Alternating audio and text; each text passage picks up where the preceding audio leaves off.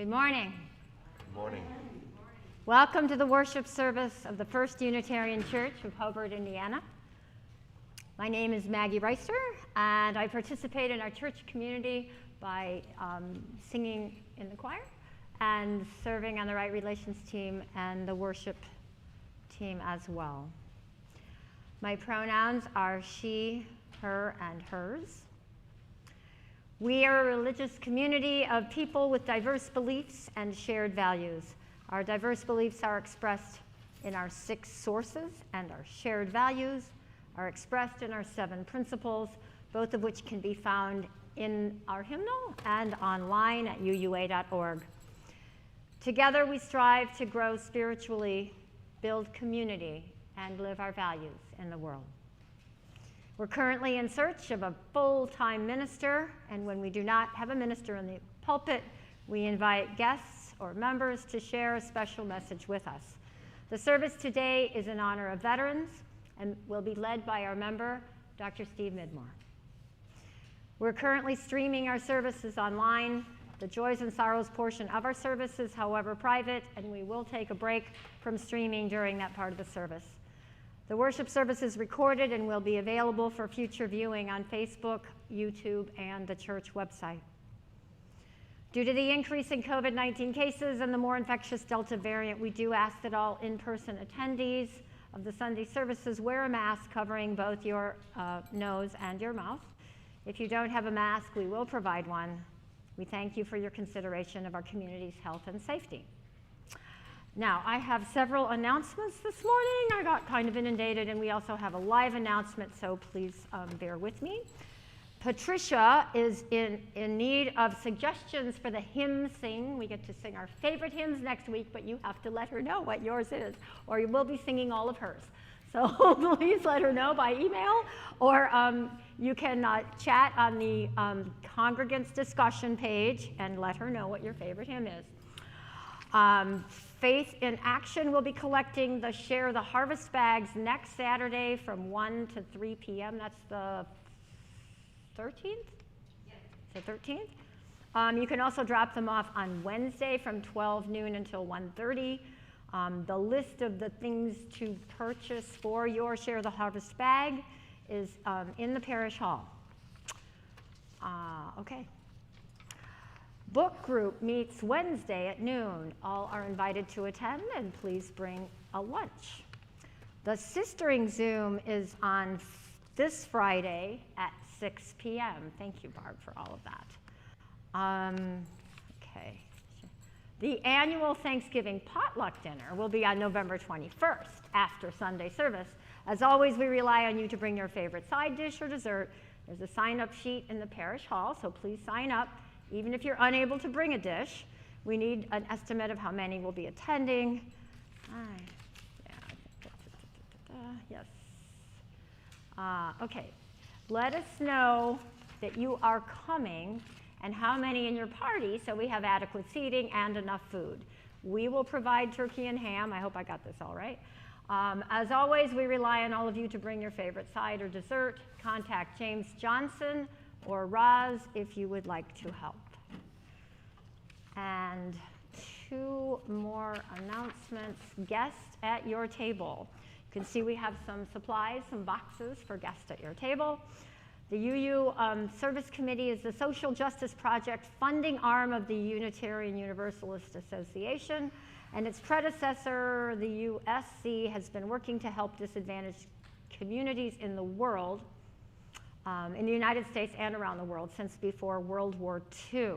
Projects include refugee rights, voting rights, the right to clean water and air, the right of free speech and religion, LGBTQ rights. Supporting the UUSC is a way for you to put into practice the beliefs that bring you to our congregation.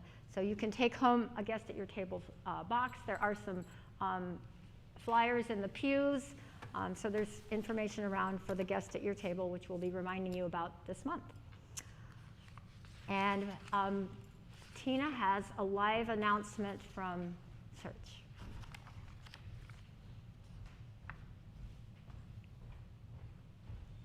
I'll just let you do that. Good morning. Yeah, I got a few people like, ooh, it's Tina. I haven't been here in a while. So, so thank you for having me back in the sanctuary. I am here to make a very special invitation to you all and to you all listening online. The search committee and the board of trustees are teaming together to offer the Beyond Categorical Thinking workshop. We're so grateful that the board agreed to this action. It's not necessary when we're not in the full search process, but because we have been without a minister for a couple of years, and because the search team is invested in getting the right candidate for our congregation at the right time, this workshop is going to be helpful for us in expanding our view of what a minister looks like, sounds like, walks like, talks like. And it's going to be really important for us as a congregation to invest ourselves in this conversation. The workshop is 2 90-minute meetings. I know Carla made an announcement last week, but since then we've narrowed down to the times that we want.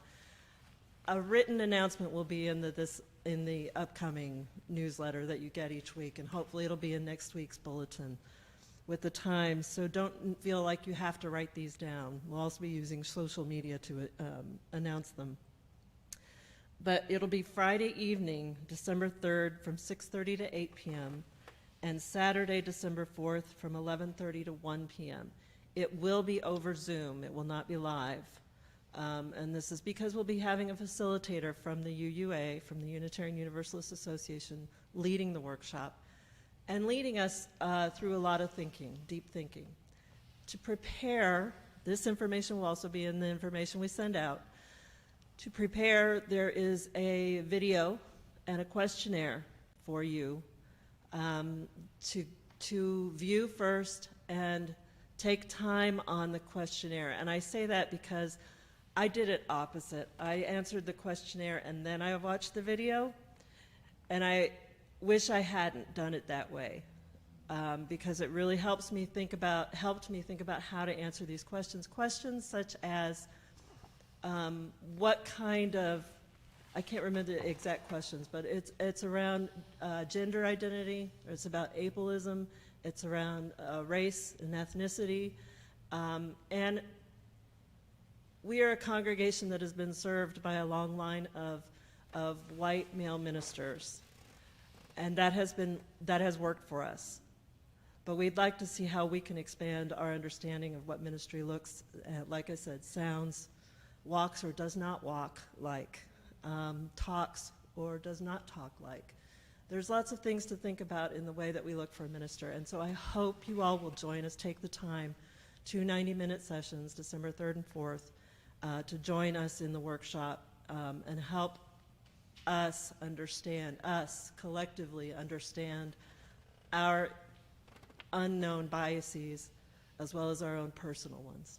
So I thank you for your time, and thank you for supporting the search committee as you have over these years now, and we hope that this will help us make the next best step forward. Thank you.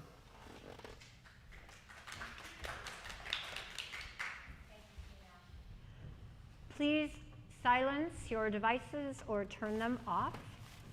And now take a deep breath and another, and join us in a spirit of reverence as we listen to our prelude.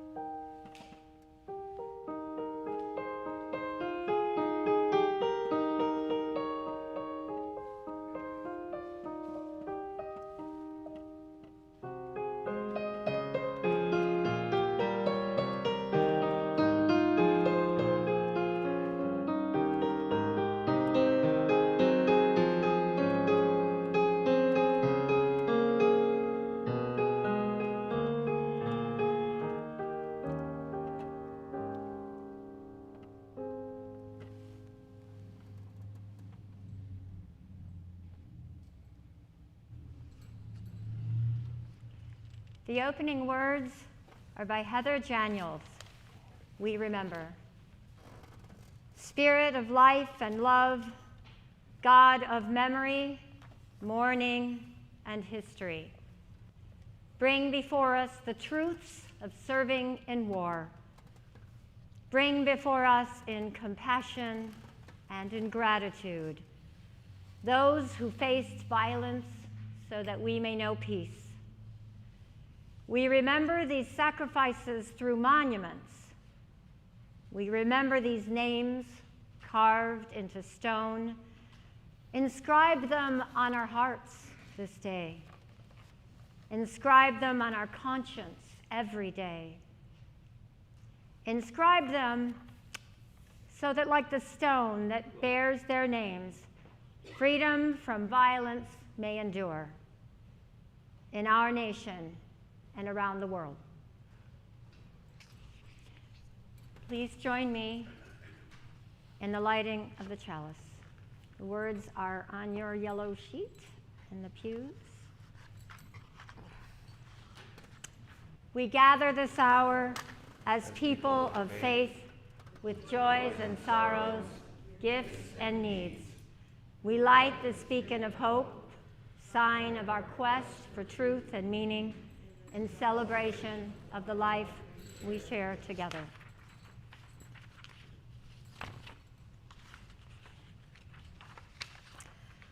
Please join me in singing the opening hymn, number 159. This is my song. Please rise in body and spirit. And yeah, stand up if you can, or want to. Thank you.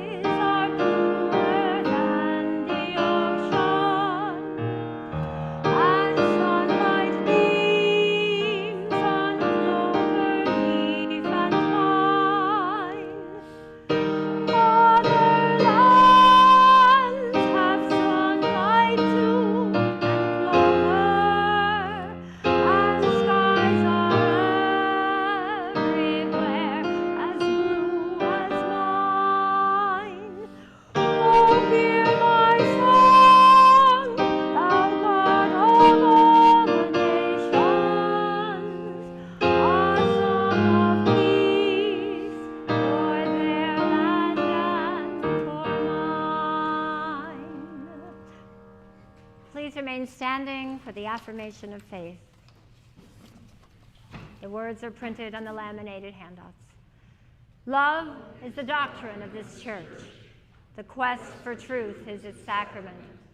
Service is its prayer, and this is our covenant, to dwell together in peace, to seek the truth in love, and to help one another.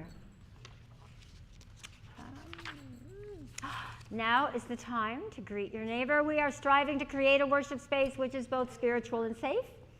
However, we recognize that not everyone can attend in person. We send a special welcome to everyone who is joining us virtually today.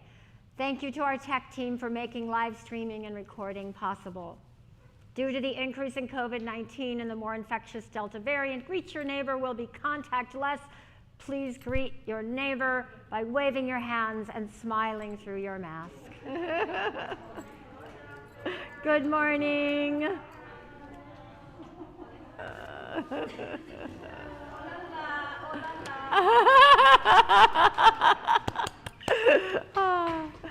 And please remain standing for the doxology.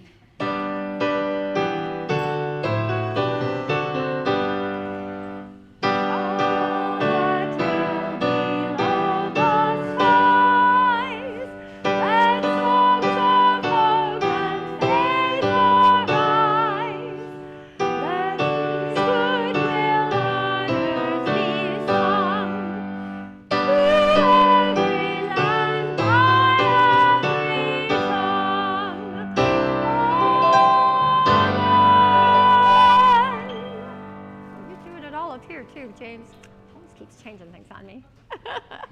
And now is the time for the story for all ages. Would anyone like to come and join me up front?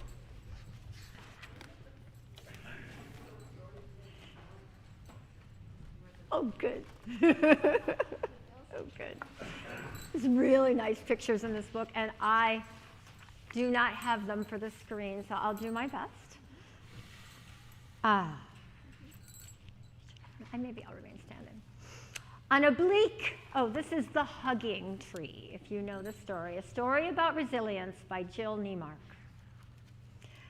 On a bleak and lonely rock by a vast and mighty sea grew a lonely little tree, where no tree should ever be. How she got there, no one knew. She sprouted stems and little leaves, and as tiny seed will do. There's hardly any dirt for me. No forest breeze, no birds, no bees. But I will do the best I can to make this rock my home. Oh, yes, just a teeny little tree on a rock. Her tiny roots pushed night and day, and bit by bit the rock gave way. A smidge, an inch, a foot, then 2.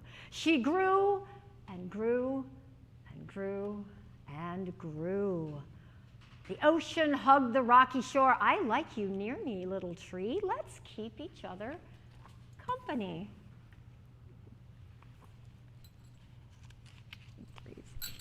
Leaning way over.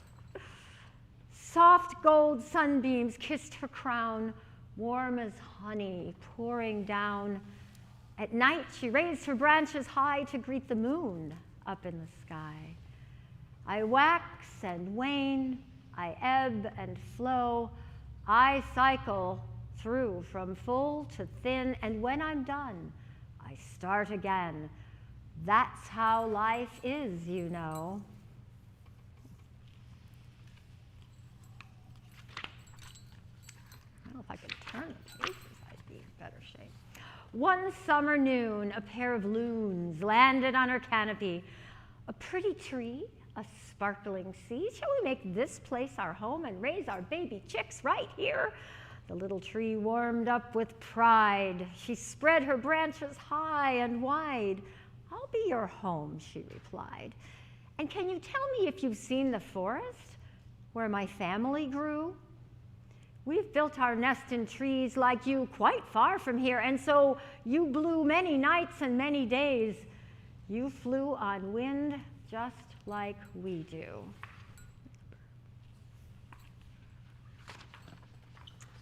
They built their nest, they laid their eggs, and soon 2 baby chicks were born. Summer passed, autumn too. The little tree turned red and gold. Then winter came with howling winds and cutting cold that broke her boughs.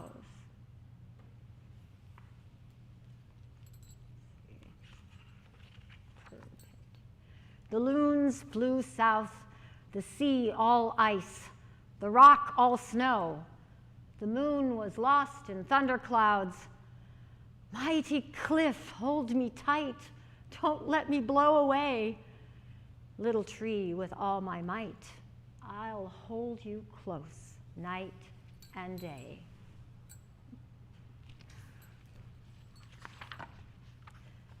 Storms will come and storms will go. At last the sun melted the snow, but now the tree could not grow. The storm had torn her roots. The moon gazed down and softly said, "Sometimes we lose our way, but with some help we start again. That's how life is, you know." And soon a boy came running by, skipping stones into the sea. When he saw the little tree, he stopped and stared. He touched the tiny leaves. He felt the ragged roots. He shook his head and said, "I can bring you just what you need. I can help you, little tree." Poor little, tiny little tree. A tree can't hug a boy. It has no hands or arms, but it can hug you with its heart, and that is just as deep and warm.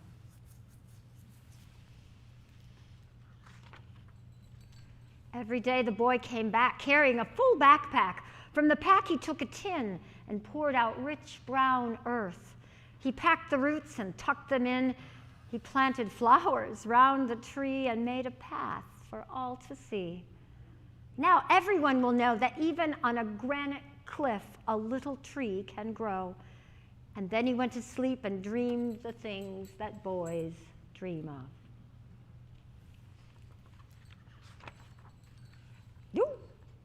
Now every day new people stop to rest between the little tree and dream the things we all dream of: to love, to share, to give, to dare, to grow just where we are. And to this very day, they come.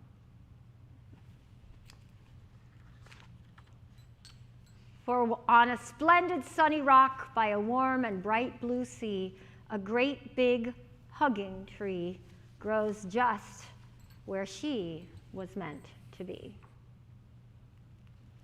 Thank you. Thank you. Thank you, Sandy, for that lovely book.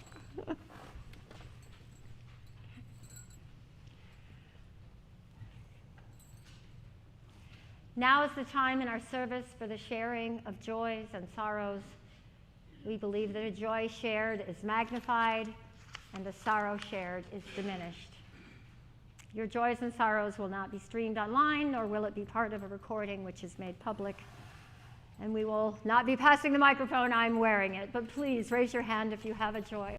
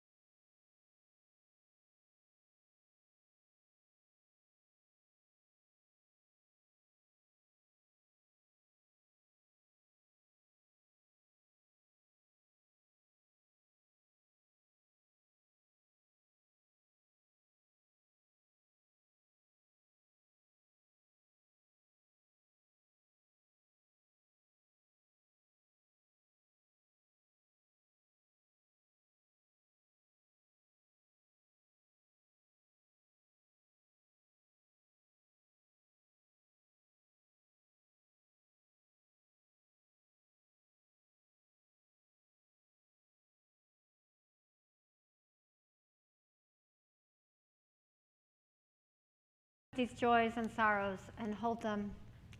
We lift up these joys and sorrows and hold them in our hearts, including those too tender to share aloud.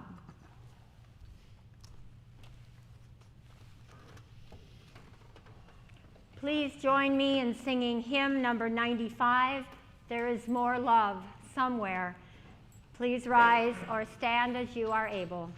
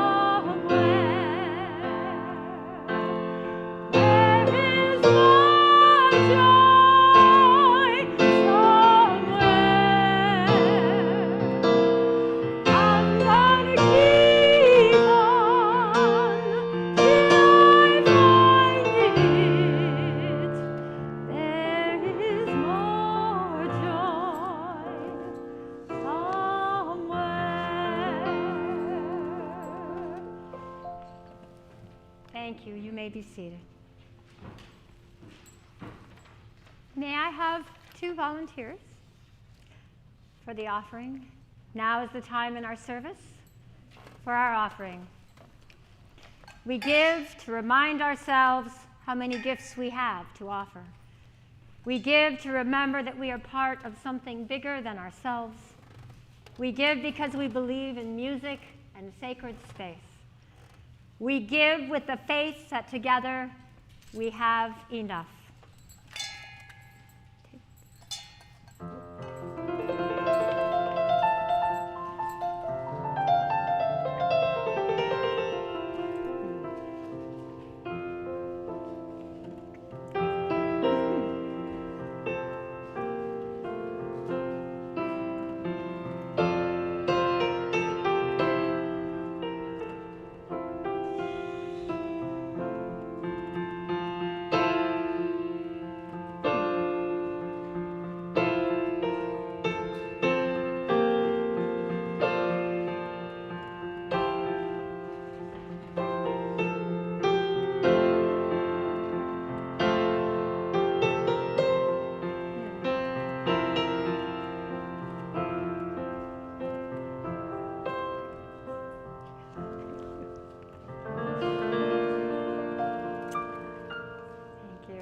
Well, I hope online you all knew what to do. There is an online link. I don't know what this month's charity is. Hopefully somebody will tell me. Couldn't hear that? the Family Giving Project, so thank you for all your donations in the cups, for your prayers, your presence, your service, and your gifts. We are truly grateful.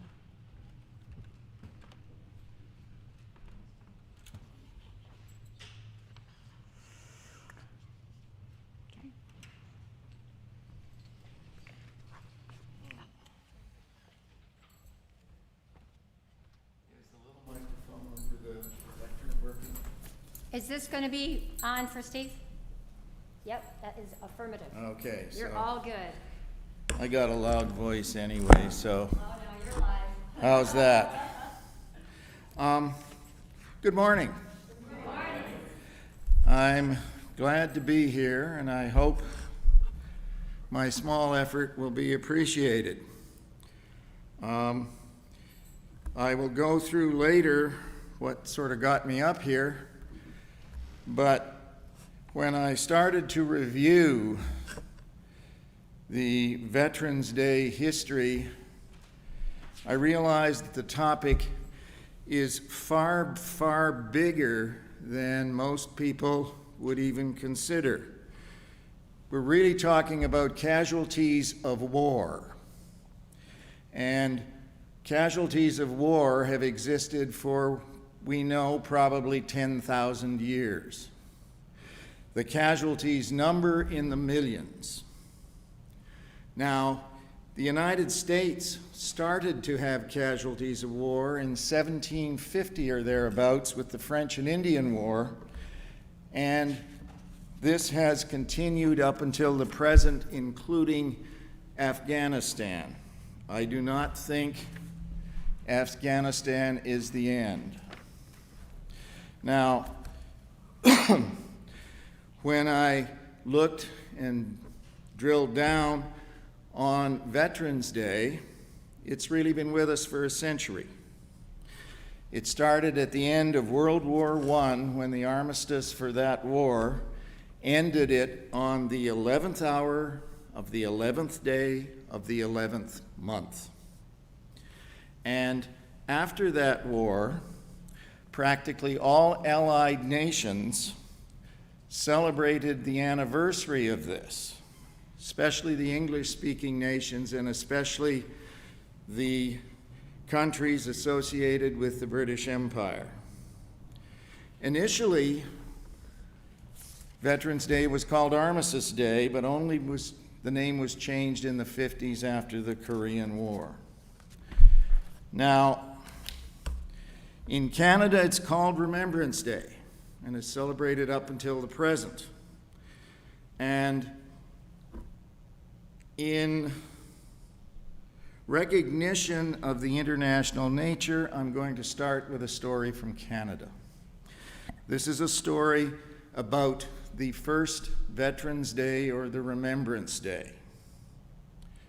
And it starts something like this.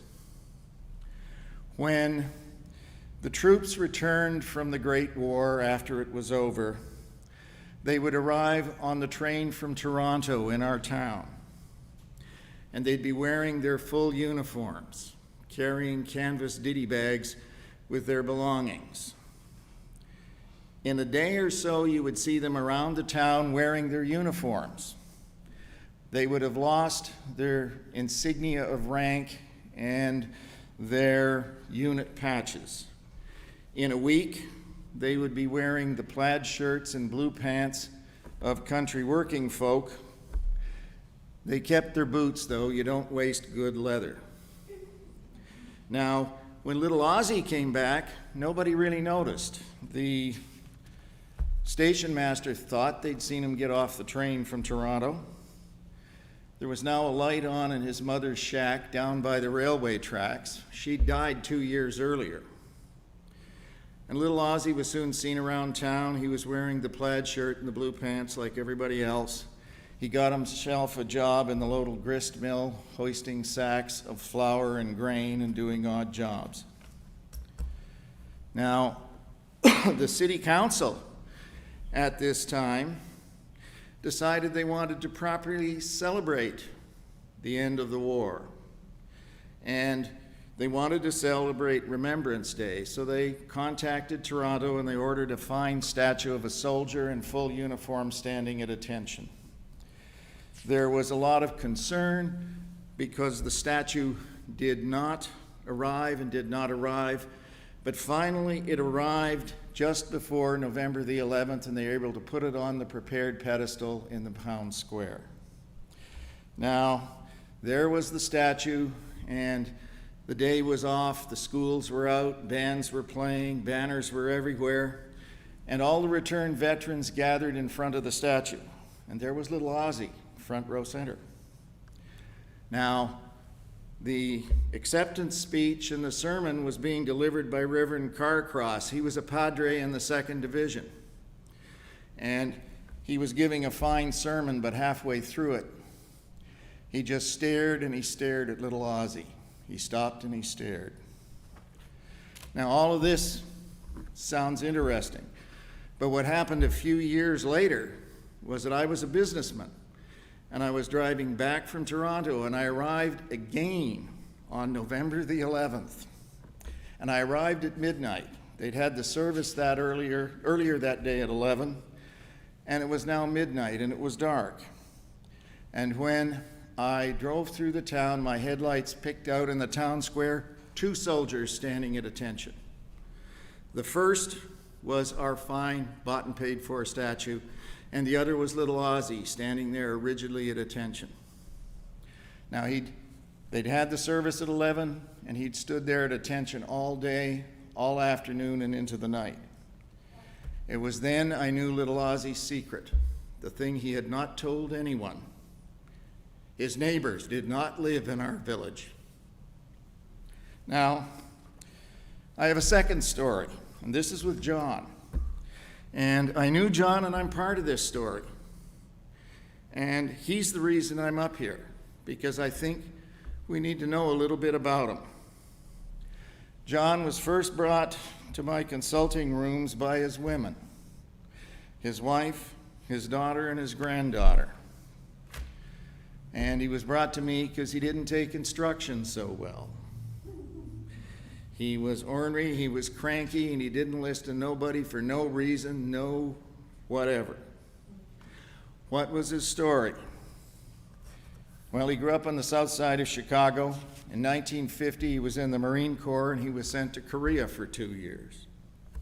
He came back, he got married, he bought a house in Alsip, he got himself a job in the Ford plant on the south side of Chicago, and he worked there for 36 years. I believe he had 1 to 2 six-packs every weekend, depending upon the day.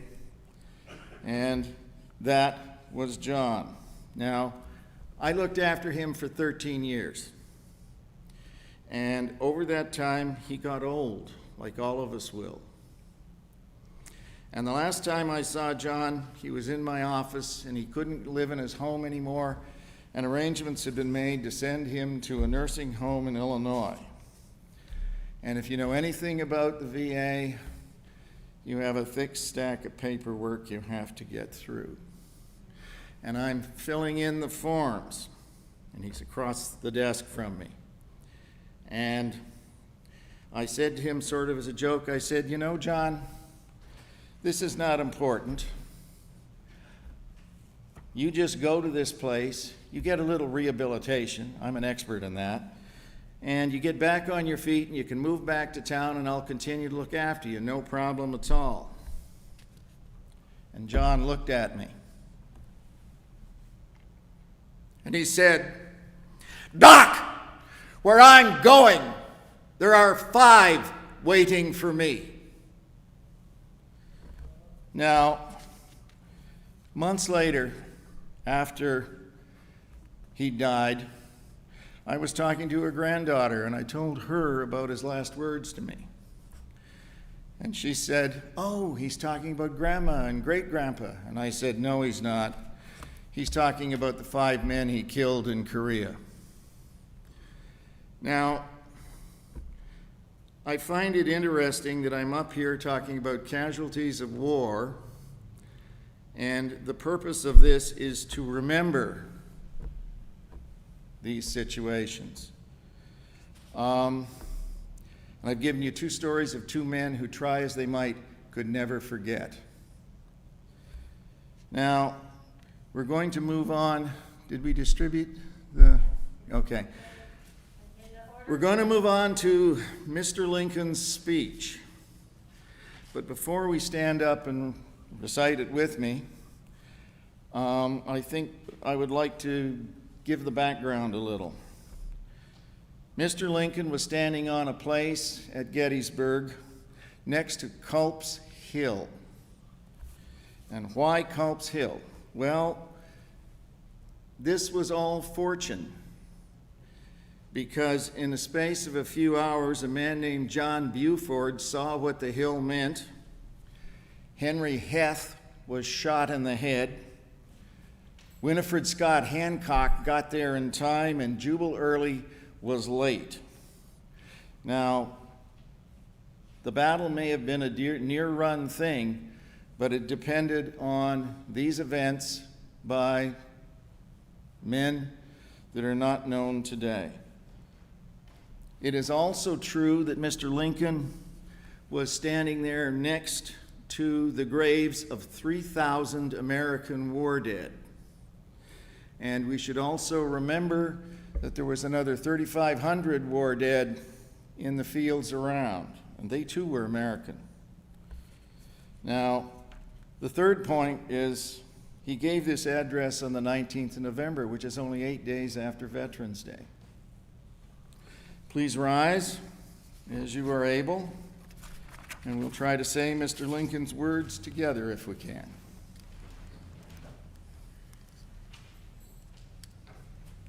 It's in your order, sir. Did we get the copies? Oh dear. You mean I have to read it by myself? No. I think that's a little too much stress.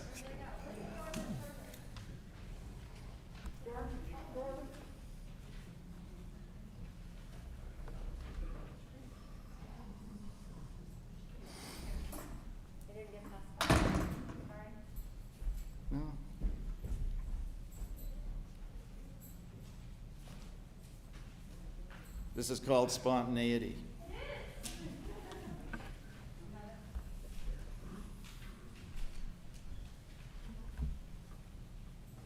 Now everybody has one. We ready? Yes. Okay, let us start. We can say it together as we want. 77 years ago, our fathers brought forth on this continent a new nation, conceived in liberty, and dedicated to the proposition that all men are created equal.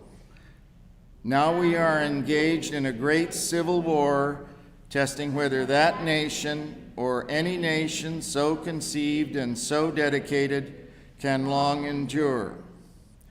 We are met on a great battlefield of that war.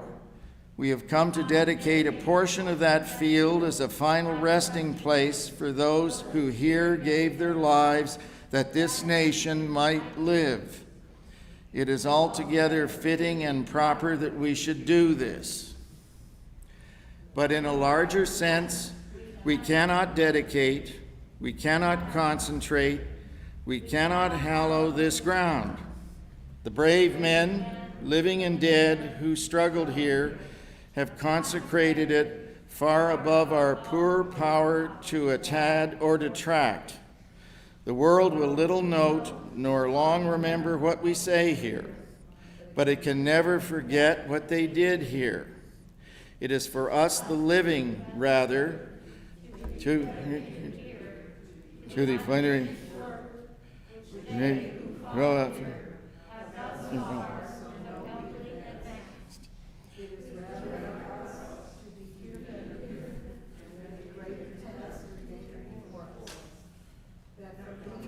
Honored dead, we take increased devotion to that cause for which they gave the last full measure of devotion, that we here highly resolve that these dead shall not have died in vain, that this nation, under God, shall have a new birth of freedom, and that government of the people, by the people, and for the people shall not perish from this earth.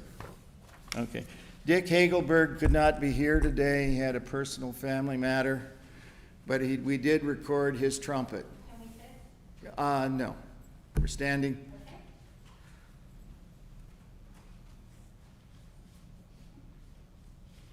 Uh-oh.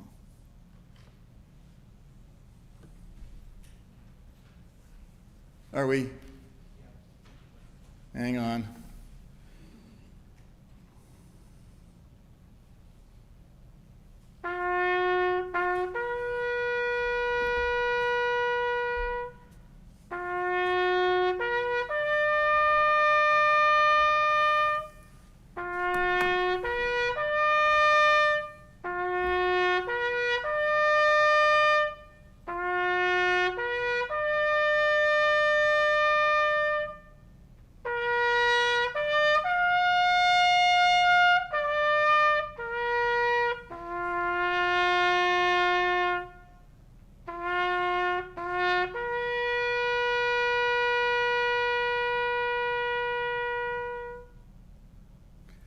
Now we can sit.